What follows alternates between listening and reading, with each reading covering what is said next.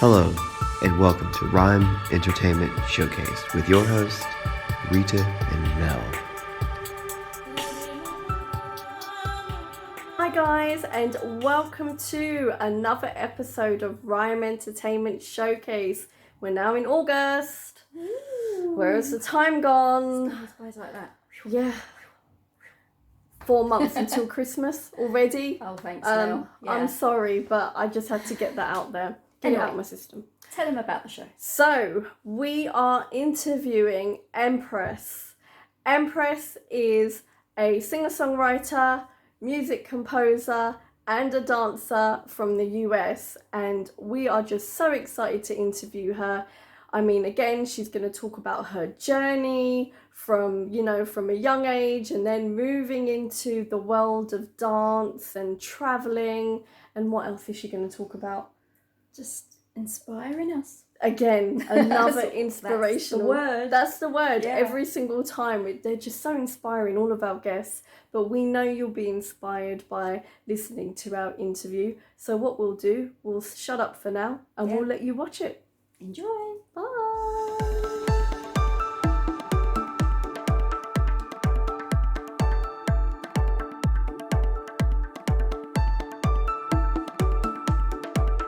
Hi everyone, and welcome to the second part of RIME Entertainment Showcase.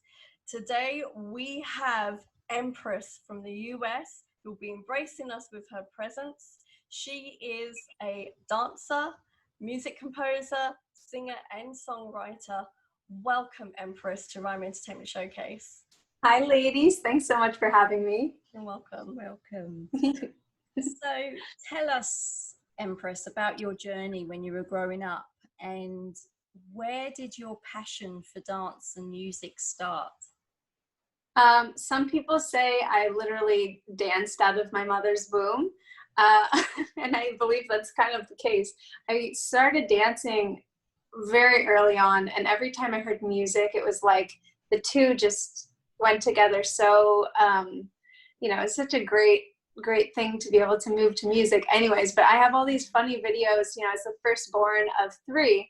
And so there's like 8-hour video, VHS tapes of me just laying on my back, basically, whereas like the youngest of the family has like, she pops in when she's like, 5 years old into one of the VHS.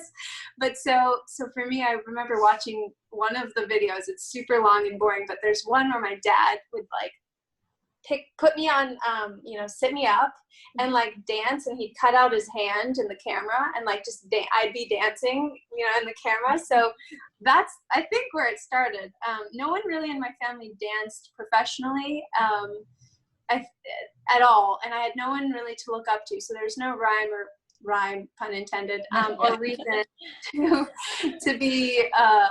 to become a ballerina specifically. I grew up in a small mountain town. There's really no performing arts to speak of, and there's only one dance studio that I took classes at, and I fell in love with dance almost immediately. It was like, oh, I like the discipline. I like the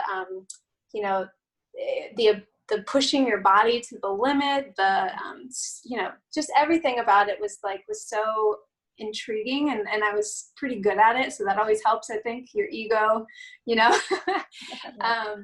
but music was also the same. It just happened to be that I had a really good ear for music. My great grandmother gave us a piano, a little upright piano, and I used to crawl up onto the seat and just play. Nobody taught me how to do anything, and I could hear a song.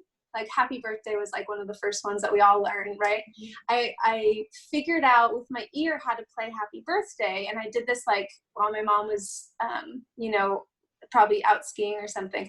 And I ended up playing it for her birthday when I was about 4 years old, and she freaked out. She was just like, "Who taught you how to play this? Like, like what like, this is crazy." And I thought she was mad at me the whole time, so I started crying. I'm like, "Nobody taught me how to play. I'm so sorry," this whole thing. And she's like, "No, this is amazing. We're going to get you lessons and do the whole thing." And I had a great teacher, and she just sort of, she's like the Mary Poppins of teachers, and made it really fun and enjoying. I enjoyed playing and practicing, which is, that's basically when you look at a career, it's like, how much did you practice? Because that's, you know, your 10,000 hours really does make a difference in, you know, how good you are going to be. Yeah. So I had great teachers, and yeah, that's like my beginning was just in a small mountain town where I didn't really have anyone to look up to. So that's when you know that there's someone upstairs that kind of knows, Exactly. you know, in you fall in line a little bit. Yeah, absolutely. Amazing. Yeah. So in terms of when you were working as a dancer, so you traveled all over the globe. What were some of your highlights when traveling? So I joined San Francisco Ballet very young. I was 16, barely 16, and I got the contract. I was in the school for a year and a half before that, and I got my contract, and I was so excited because the next week the company was supposed to go to Greece and London, of all places. Okay. And we I was too late, like I was hired too late to go on that tour. So I was so bummed, you know, I was like, no, like what was me? So I remember just like seeing the company off and just being so bummed that I was hired like a week before. So I couldn't it wasn't enough time to rehearse and be prepared to actually go on tour. Mm-hmm. So I was super bummed about that. And the following year was great. I graduated from high school a little early so that I could go on tour with San Francisco Ballet to Paris. And that was like my favorite, you know, I'm 16, almost 17 years old, like in Paris as an adult, getting paid. Like it was amazing, the experience. And when you're new in a ballet company specifically, you barely dance, really. I mean, you're there to be a backup in case anyone else that's more senior than you is you know, injured or something. And nobody got injured, so I was just like able to go to the Eiffel Tower, and you know, it was just amazing. So it was cool because 10 years, I was in the company for 11 years total, but my 10-year anniversary with the company, we went back to Paris, and it was such a cool experience for me as, you know, a seasoned dancer to go back, you know, and perform with the company again. It was really cool. And actually, funny little side note, I knew at my 10-year anniversary that I was going to be taking a job on Broadway, and it was still kind of like under the radar, like people kind of knew, but they didn't. But the theater that we were at this place called Théâtre de Châtelet. I think the theater, it's the Châtelet Theater. And I totally just, like, my French, that was embarrassing. So sorry for all the kids. I was like, oh God, just like dig my own ditch. But we ended up doing an American in Paris, and it opened in the same theater that I performed in with San Francisco Ballet at the Châtelet. And so cool. So like I was in Paris for like 3 months out of that year. And so that was like my favorite. But you know, traveling around the world is one thing, but traveling when you're doing your dream job it's amazing. I mean, I've been to random countries and places that are just, you know, it's just really, it's special to kind of connect with different audiences, because everybody has their own cultural, you know, differences. So it's like in Iceland, they all do this thing, and they did it for the World Cup a few years ago, or like 10 years ago when they won. They do this thing where they like clap. It's really slow all together, and then they kind of get a little faster. Oh, wow. And then like, but it's like, you know, seeing an entire audience of people do that is so cool. Like that was amazing. And then, you know, you go to China and they do something very different where when you bow, they like, you know, you know, it's this big audience thing. And then you stand up from your bow and they like stop. It's like silence. You're like, oh my God, what just happened? You know? Exactly. And then you bow again and they're like, yeah. It just is like, yeah, totally. It's super like awkward, trying to like get me out of here, what's happening. And then when you bow, so they need to be told when to bow, kind of, in a way, and not in a, it's amazing how different. Whereas France, you know, you have like 17 curtain calls, you get exhausted from bowing. I mean, it's, you know, it's amazing. So different audiences, and the British are just like incredible because they're so they just understand the art form so much. They appreciate things. They're very audible. They know what they're watching. So it's really fun to perform in different countries. Yeah, Amazing. Did you get an opportunity to see much of the countries while working there? Did you get some time out to do that? I was one of the few dancers who really tried to keep a balance with like, okay, well, I have to be professional. I have to work really hard. I have to make sure I'm ready for my performance, but also try and sightsee as much as possible and find that balance. And there's days where I would not find that balance. I would be like, oh my gosh, I'm going to rent a bike and I'm going to ride through Copenhagen. And then I get back and like my legs are dead. I'm exhausted and I have a really hard ballet tonight, you know, like Swan Lake or something. And you're just like, how am I going to get through this right now? And you learn your lesson pretty quickly. Oh, that's amazing. But yeah, I saw as much as I could in each city whenever we were there. And they give us enough time, you know, like in Iceland specifically, our director, Helgi Thomason, was from Iceland. So we got a really incredible tour there. And we had lots of dinner parties. We got to meet the president of Iceland. We got to do all these really fun things. So it's like, they definitely leave us enough time that we can enjoy our time in the city, you know, where we're performing. So speaking of Iceland, did you get to see the Northern Lights? No, we were there for it was light pretty much 24 hours while we were there because it was like the cusp of summertime. Yeah. So it was so weird. You just watch the sun like bounce back and forth and you just be like, I don't know what time it is. I don't know what day it is. It's like, it was crazy. It was light the whole time though. And I remember just being like, your body just gets so confused. You're like, what time is it? Is it bedtime? Exactly. I feel like it's lunch. I don't know. I don't even supposed to be bedtime, but I literally felt like Yeah, I woke up. totally. Oh my gosh, totally. So anyway, it's just then. yeah. Wait, say that again. So sorry. It sounds like you need to do another trip. Yeah. Yeah, for sure. There's a Blue Lagoon spa. Have you guys ever heard or seen it? Yeah. Oh my gosh.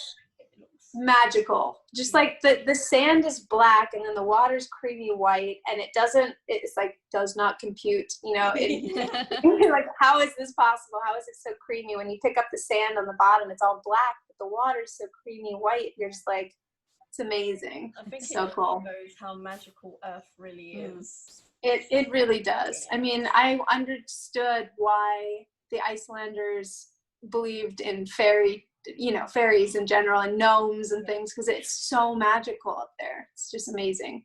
Yeah, definitely. We could talk about travel all the time. Yeah, so, I know. Me too. You and I love it. I'm here for it. Okay. And I like traveling with work, you know, it's like having a purpose to be somewhere is always really fun. You know, because you're going, you know, for a reason, and then you get to also play. So it's you know, and then it's a write-off. It's awesome.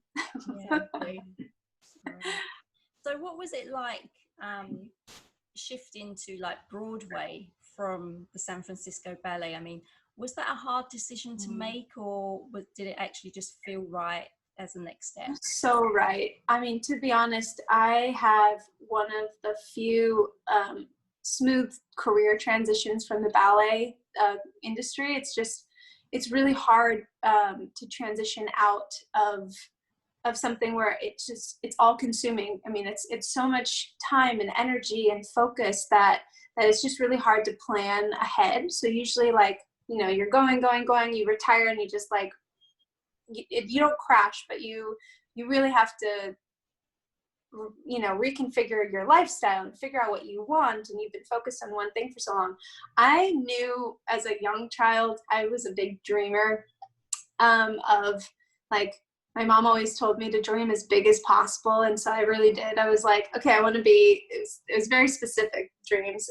Ballerina, I wanted to be a singer, and I wanted to be an actress, and those were like the three goals in life that I set for myself when I was like 7 years old. I was that kid.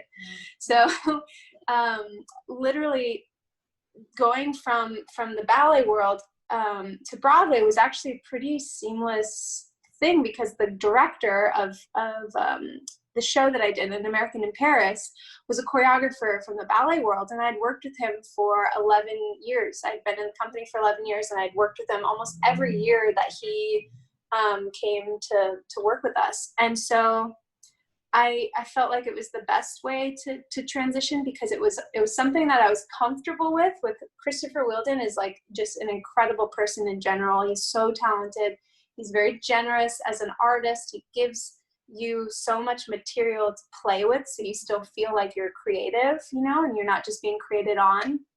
And he's a genius. So it was like, oh yeah, I'm totally going to go to Broadway with this guy. And at the time I had asked for a leave of absence, which was pretty unprecedented, because in the ballet world, you don't really, it's not a revolving door. You walk out that door, the door closes. It's very hard to get back in. So I went to my director and I asked him for the leave of absence, and he actually granted it to me. And then I had so much fun on Broadway that I didn't come back. It was it was like, oh, hey, I really like it here, and things are going well, and the show was incredibly received, and so we were successful on Broadway, and I was like, okay, it wasn't meant to be. It wasn't like my last show is like the last show and like a normal thing. It was just like, hey, I'm just gonna stay over here. Okay, bye. You know. It was, Yeah. So for me, I'm so grateful. I'm very humbled that that's how it happened. But yeah, being on Broadway was really interesting for me as an artist, because it was like a totally new way to storytell.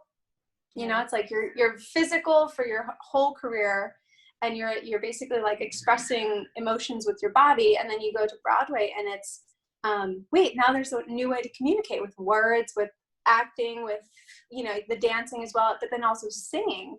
And doing that 8 times a week was like a totally new challenge for your body, because, you know, our seasons at the ballet was like, you rehearse for 3 weeks, a bunch of different ballets, you perform them like 9 or 10 shows, maybe over the course of 2 weeks. And then you move on to the next set, and then there's always a light at the end of the tunnel. At the end of the season, you get a little break. Yeah. So it's kind of like this, whereas Broadway is just like, you know, consistently 8 shows a week, every week. You don't get paid if you don't perform. So it's like you show up every show, and people would think that it would be easier, but you still have to physically do it every day. So it's like, and sometimes twice a day. So that was interesting and challenging. And I got injured, you know, it's an accumulative injury rather than like, you know, the big nuclear injuries where you're just like, you're dropped or you fall or something happens where, you know, I was always working with injuries as a dancer. So that wasn't new, but the constant buildup of doing the same thing over and over and over again, after about, I think 10 months, my foot cracked and it just like broke, like the metatarsal just broke. And I knew it was happening every day. Yeah. But it was like, you know, no matter how much rehab and physical therapy you get, you know, it was like 1 step forward, 2 steps back. And then you just kind of like keep getting worse, but working so hard to stay kind of the same. And so just learning how to take care of your body doing 8 shows a week for over 2 years was like, that was a new challenge for me. But it was all worth it and super exciting to be on Broadway. Hello, it was amazing, you know? Yeah, exactly. And a great transition. I really enjoyed, I enjoyed that ride, because it was so, you know, there's so much action happening. It was so exciting, and, you know, a good time in my life. Amazing. Wow. Yeah. And, you know, you can see those challenges, of course, physical challenges that you went through as well.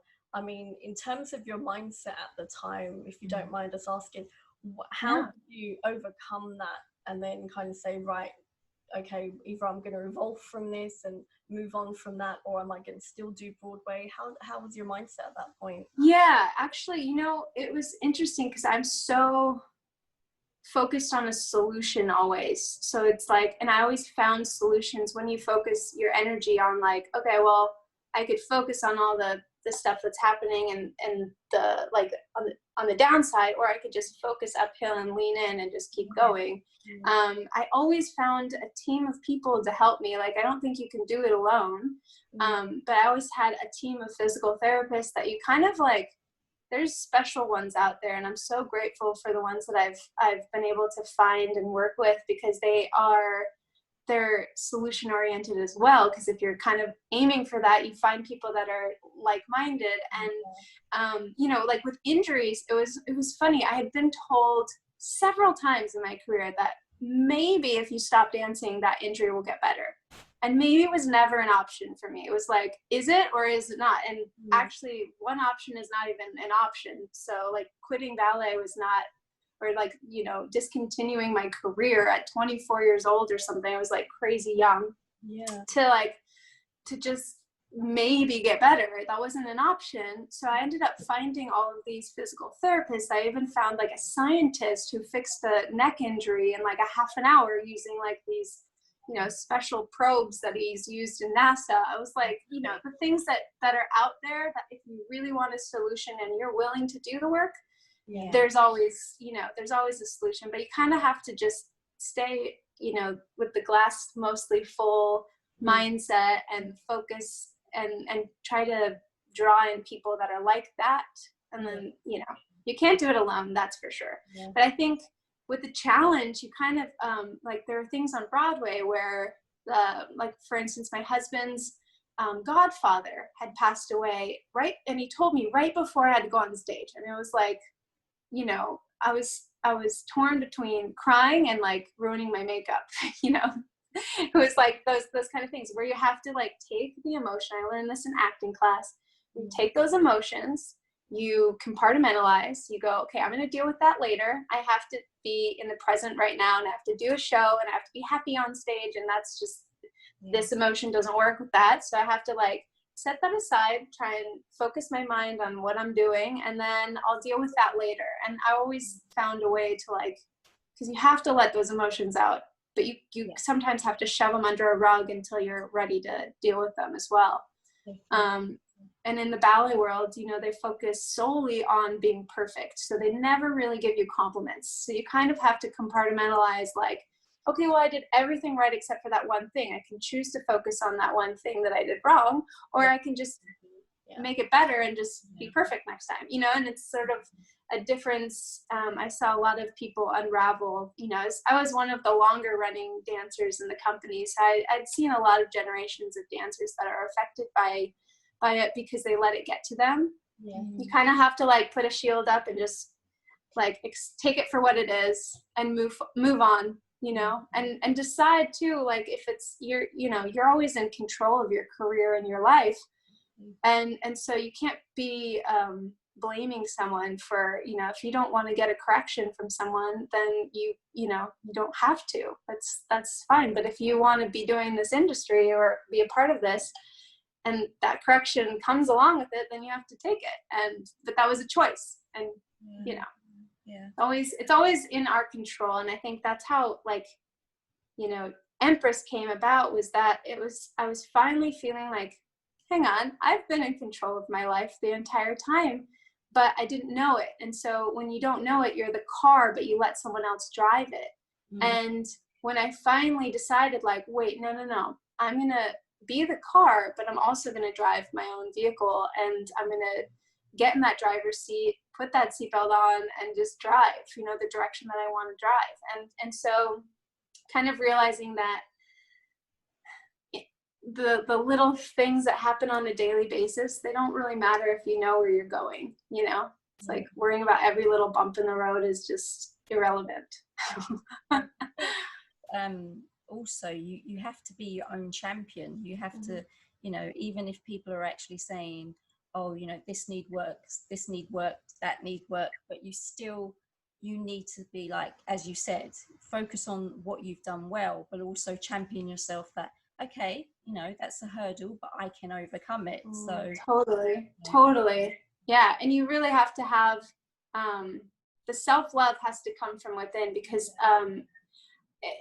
you know, my first single, Lovely I Am, that I wrote, it was like this song that it was me realizing that I live in an externally in an externally appreciative world where people look at you on the outside, judge you, and specifically in the ballet, it's a visual art form. They don't care how you feel, they just care how you look. And I always struggled with my weight in the ballet because I was hired so young. I started changing into a woman after I got hired. So that was really difficult. I would not recommend that for anyone. But you get this thick skin as well because you're just like, you know, I am lovely on the inside. I need to project that. I need to make sure that the love comes from within. It's not coming from like the outside, because the external stuff just falls away really fast, and it's just, you need more constantly. But if you really love yourself, the choices that you start making in your life actually reflect that as well. And so Lovely I Am was written in a tutu that I didn't fit in. It was so freaking tight, I could barely breathe. But I remember being told that I didn't fit in with the other girls and they were going to take me out of the ballet, and you know, until I fit into the costume and the part and everything. And I just remember being like, on stage, I feel beautiful because I can't see myself. You know, you're always in a room full of mirrors and they're always critiquing you. But when you're on stage, you can actually just dance. No one's giving you corrections. They clap for you at the end. You can just express your inner joy. And it was funny, at the end of that season, I didn't really lose any weight. I just changed the way I felt about myself, and I changed everything from being like externally what is the word that I'm trying to say? Like take everything in from externally to like put it inside. And I actually just started giving from within and pushing like love into myself and then out, you know, that circle. And it sounds super hippie, but I actually really, my entire career changed because people started seeing me different than I actually was, because I was putting that energy out there. I don't know why that works, but it works. And so that was the song, that was my first single. It was about my ballet career, just like being stuck in an external world, which we're all in. Social media, it's rough out there. You know, there's so many reasons to be grateful for that experience. But yeah, anyway, I could talk about that all day. Amazing. No, really good insight. Thank you for that. Yeah. So of course. You've mentioned Lovely I Am, and that was released last year. Have you released any further singles, and has the EP actually been released? Give us. It's about to be, actually. I'm really excited about this. So my EP will be released in the next couple months, and I'm planning like a music video and doing a whole kind of female empire, you know, building thing where I'm trying to get all my ladies around me and do music videos and kind of get prepared for it.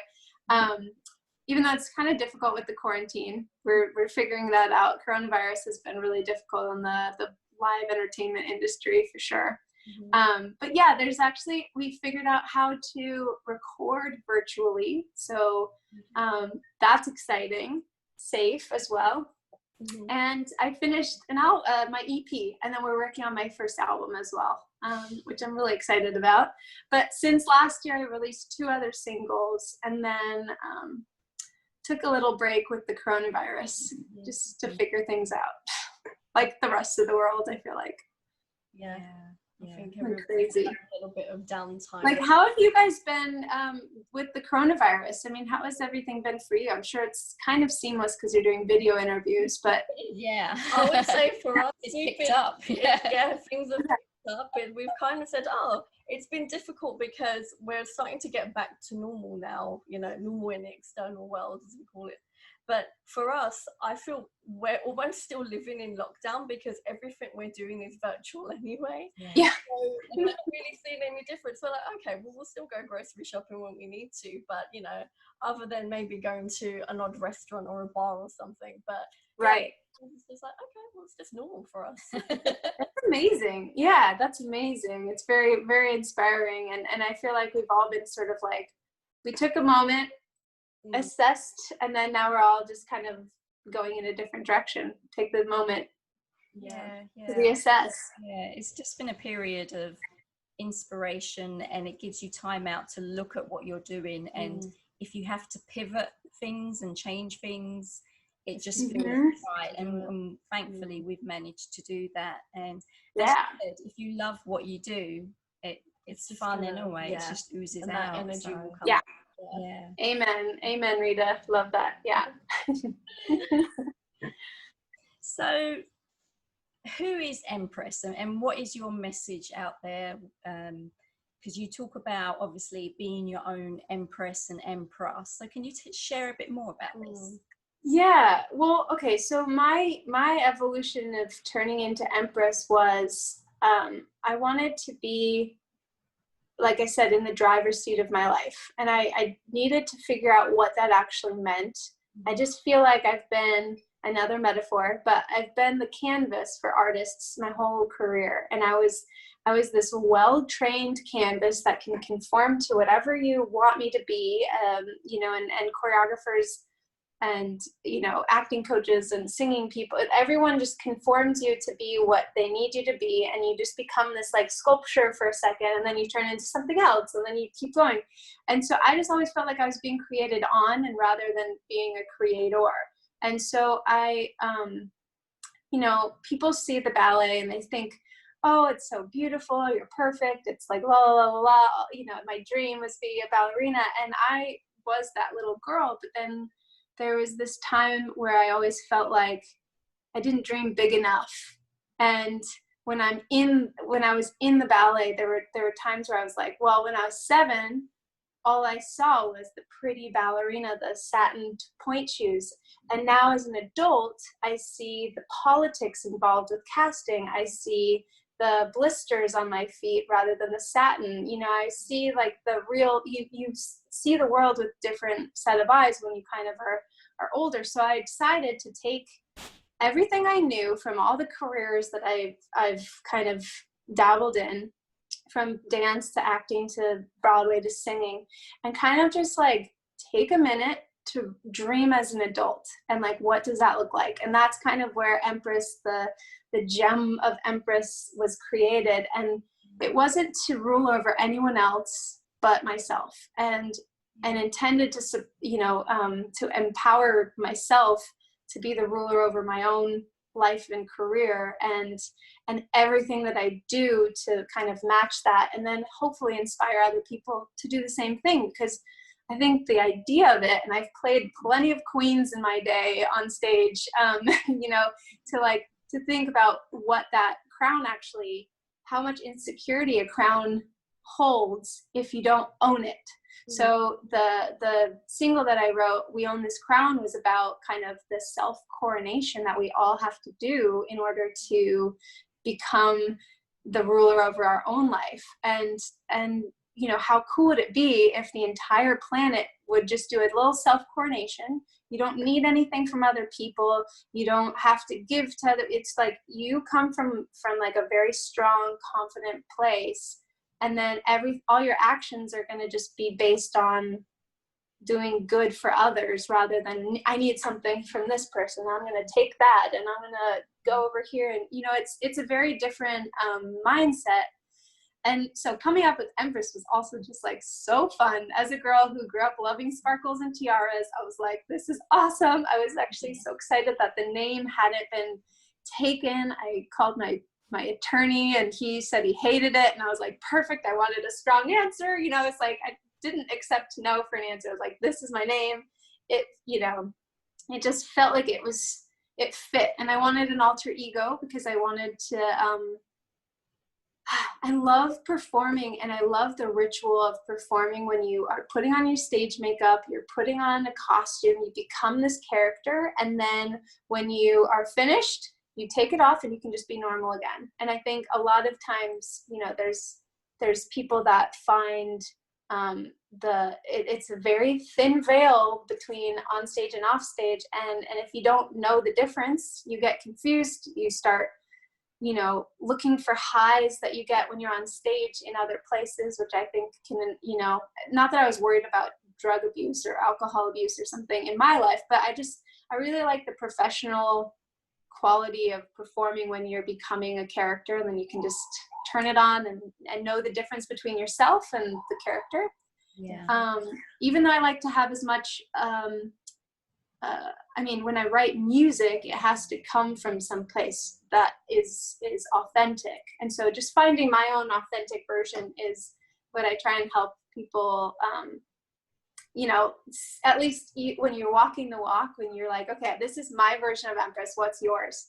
Yeah. You know, it's going to look very different, and no one is the same, and no female is the same, but we all are females. So we're all, you know, walking around. And I think if I can inspire someone to be the Empress or Emperor over their own life, then I've done my job. Just one person, that's all it takes, you know? Too, yeah. So there you go. In the UK, yeah. Yeah, that's amazing. Yeah. It's so cool because this week the message of authenticity and being unique and just being yourself has been following me. I feel it's been following me, and I've seen it in so many posts, even certain emails that I get. I'm like, oh, it's talking about authenticity again, and I'm like, yeah, the message, and we're talking about it now. So yeah, so then that's definitely part of like what we should have been talking about. I love it when it feels like somebody's just kind of pulling those strings. There's someone upstairs that's just like, ha ha ha, you know. Exactly. It's but it's cool when you're receptive to it, because that's like the key of songwriting, is like when you're actually receptive to the messages. Like I'll hear someone walking down the street talking on the phone, and they'll say one line, I'll be like, oh, that was the line that rhymes with the one that I was just putting into the song, and like that was the finishing piece of the puzzle. But you kind of have to be open to it. So cheers to you, you know, for being open, Mel. It's great. Oh yeah, absolutely. Always open to things like this. It's what keeps us going. Yeah, exactly. Same. I know. I'm so happy that we're like kindred spirits. Definitely. Okay, so go ahead, Rita. What free tips would you give to someone who wanted to follow their passion especially in this field, but was feeling fearful, anxious, and thinking, I don't know if I should do it? What would you share with them? I would say that it starts with a dream, and the dream has to, as an adult, the only thing that's limiting you is your imagination. So to go back to be like a little kid, but knowing what you know now, and really dream up like kind of like the center of the bullseye, that gives you the direction and like starts attracting people into your life. I mean, no one can do this alone. We all need each other. We need support. We need to make sure that we support each other. You know, it's one of the most important things is actually you cannot do this alone, but it starts from within. So you have to go kind of, it sounds like the reverse thing that you would actually do, because you want to start doing things when you want to get out of a situation that you're not happy, or if you're, you know, having a difficult time in your life, you kind of like start doing things externally.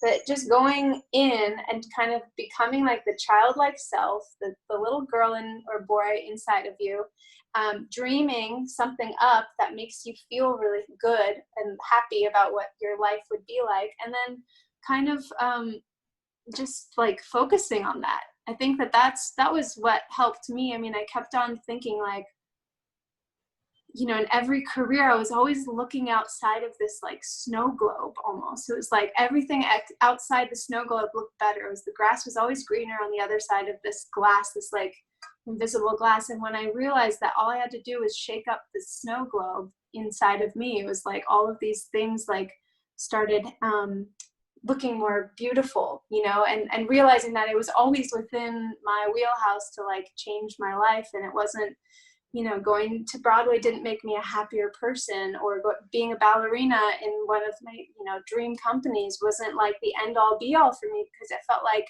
it's always trying to get somewhere that I couldn't get to.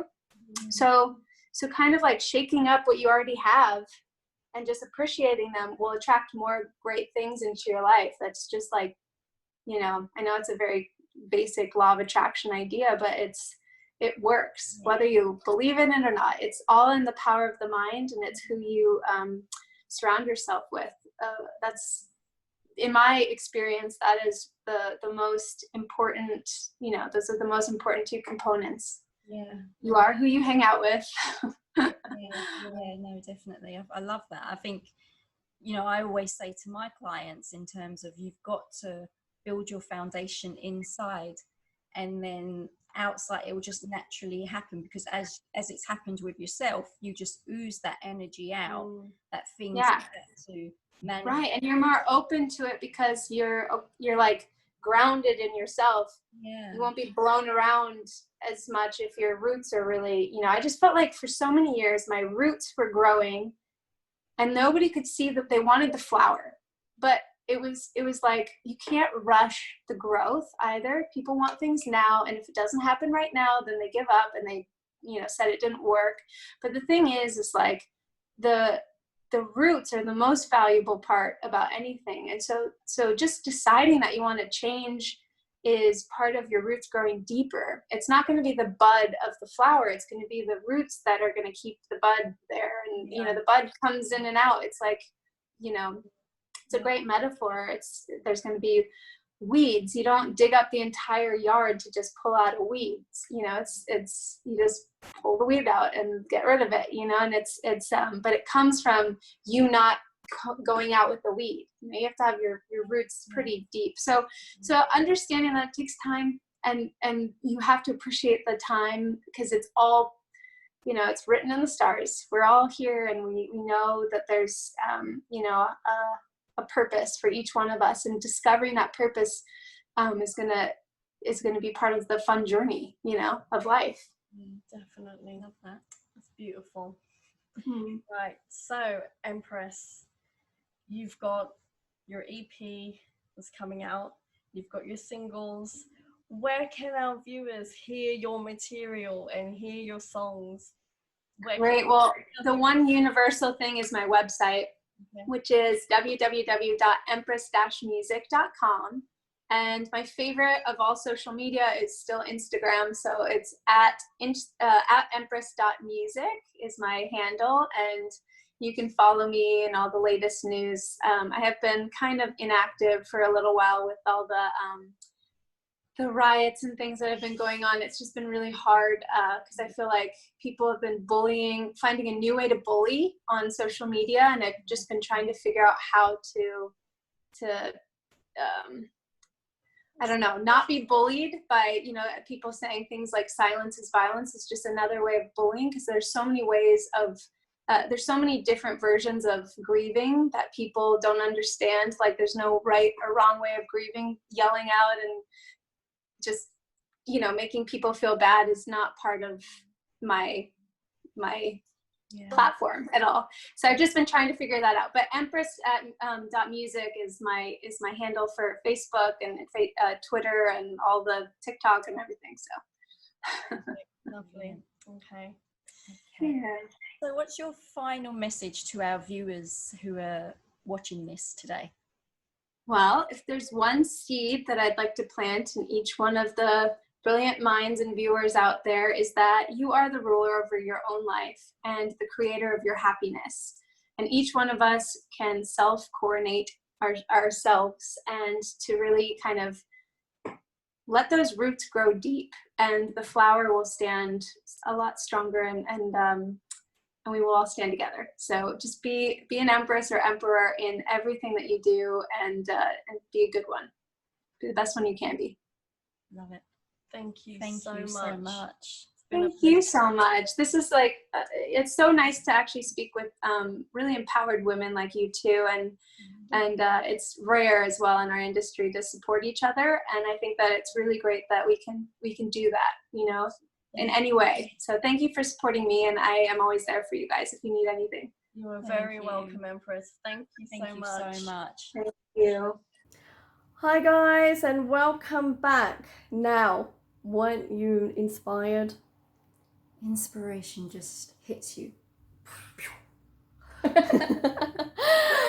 I mean, but it seriously does. Yeah, it really does. Every interview, yeah, it just, there's a new wave of energy. Like, wow. Yeah, absolutely. It's an energy thing. It is an energy thing, and we bring it to you. And we bring it to you, and we feel it through the Zoom call. I mean, even though we're virtual, it's just amazing to connect with such amazing people, and Empress is definitely one of those amazing people that I'm pretty sure you were feeling that vibe as we were as well through that interview. Yeah. So where are you going to hear more about Empress? Well, head over to her website, and again, details below. Make sure you go in the description below and click on that link. And also you can follow her on Instagram at empress.music. Again, follow her, get to know her journey, get to hear her music, and again, she's just full of such great energy, and I know she's going to love that support, and we're just so happy to have connected with her, even if it was on this show, but hopefully beyond as well, as with all of our guests. I'm sure it's definitely left you with a lot of food for thought. Yeah, not a lot of food.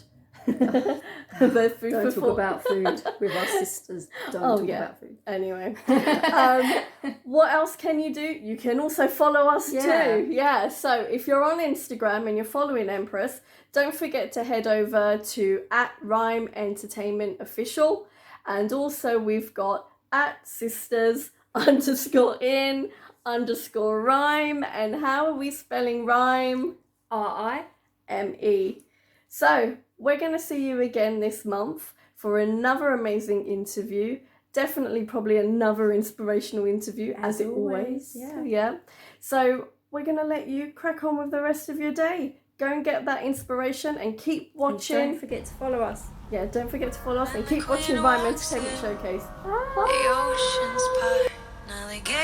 We hope you enjoyed the show. Stay tuned for more RIME Entertainment Showcase. And a hint of sin hanging from the chandelier. Energy vampires waiting to feast on fears. Can't see her shield, invisible force field.